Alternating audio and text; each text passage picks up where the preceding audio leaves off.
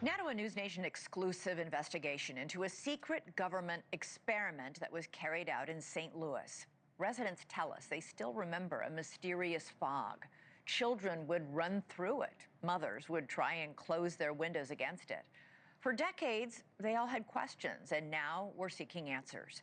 The United States Army now admits that it sprayed a chemical that contained cadmium, a known carcinogen, on a neighborhood of more than 10,000 people.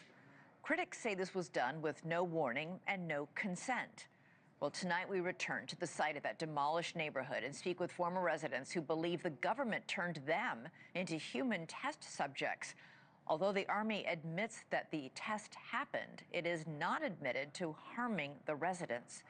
News Nation's Natasha Zuvez investigates what was in the fog and why the truth may still be buried. The fog drifted through the streets like a ghost. That's exactly what it looked like, a thick fog. It was summertime and it was hot. We would just run through it as fast as we could and try to just cool ourselves off. It stuck to you. The spray was so foul as far as the odor. It made some of us have headaches, nausea, dizziness. That's what I remember. It made me sick. It wasn't the weather. It was an eerie smoke descending from rooftops, rolling from the backs of trucks. Regular flatbed truck, but it had a big machine on the back. And it had a big nozzle that really sprayed a fog you couldn't even see through. It was that thick. And it really, we felt it as it would adhere to our skin. And as far as the guys on top of the buildings, they tried to portray them to us as maintenance workers. But we was like, what is a maintenance worker doing? And basically a hazmat suit. And they had masks and goggles. In the 1950s and 60s, in secret, the U.S. Army sprayed zinc cadmium sulfide into the air of a St. Louis housing project, a largely black neighborhood called Pruitt-Igoe. It was a lose-lose situation for us in Pruitt-Igoe. We were subjects. We were subjects. They didn't ask for our permission. We didn't ask for them to spray us. My government used me like I was a guinea pig.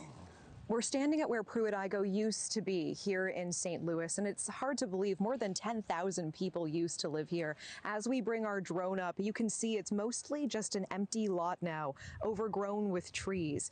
This used to be filled with 33 high-rise buildings. It was all demolished in 1976. And according to the National Research Council, St. Louis was chosen for spraying experiments because it had similar characteristics to Soviet targets like Moscow in terms of population density and terrain and proximity to a river.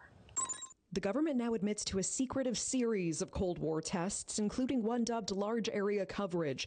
More than 30 tests conducted across the U.S. and Canada, spraying zinc cadmium sulfide from planes, rooftops, and vehicles to simulate how a biological attack might spread, all to prepare for potential warfare against the Soviets. Many of us been in the military and had top secret clearances. We know how it works. We have died for America. We have fought for America. You are a veteran. I am United States Air Force veteran. Dr. Starks, you're a veteran as well, isn't Yes, I am. I'm an Air Force veteran also. Is there a sense of betrayal here?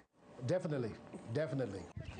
They want to know if those secret tests have anything to do with what they're observing with their own eyes. I lost my two older siblings to cancer. I lost a brother last month. I've been diagnosed recently with a rare form of lymphoma. I had cancer of the left kidney, had partial removal of my left kidney. News Nation reached out to the Army for answers. They provided a one-page response. It says the Army's own Center for Health Promotion and Preventive Medicine investigated in 1994 and found inhalation exposure would not pose a health risk. They also cite later corroborating reviews, including a 1997 review by the National Research Council. Perhaps they assumed we wouldn't read the NRC's 380-page report, but we did, and the Army's statement doesn't show the full picture.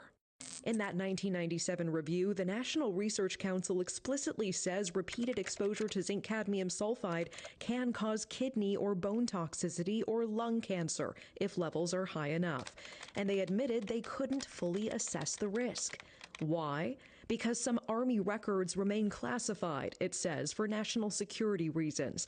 More troubling, key Army exposure records were missing, and when the NRC asked the Army to supply them, the Army said it couldn't find them. Finally, the NRC considered conducting its own study, but concluded it wasn't feasible. In short, it did not test the site, collect samples, or test residents, and they didn't have access to all the data.